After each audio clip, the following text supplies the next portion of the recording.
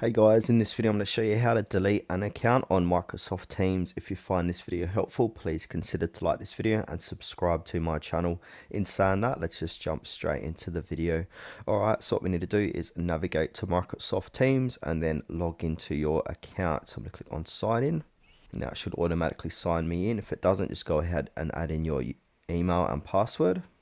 Alright, so once you're on Microsoft Teams here, we want to click on our user profile, top right hand corner of the page, and then click onto my Microsoft account under your name. And now that's going to open up a new web page where you're going to have the ability to delete your Microsoft Teams account. So from here, make sure on the left hand side we click onto your info and just double check you're on the right account here too. Then from here, just scroll down and it's going to give you an option to close your account under account info. So go ahead and click on close account, and it's going to give you a bit of information what's going to happen when you close your account. Then from here, just go ahead and click on close account again.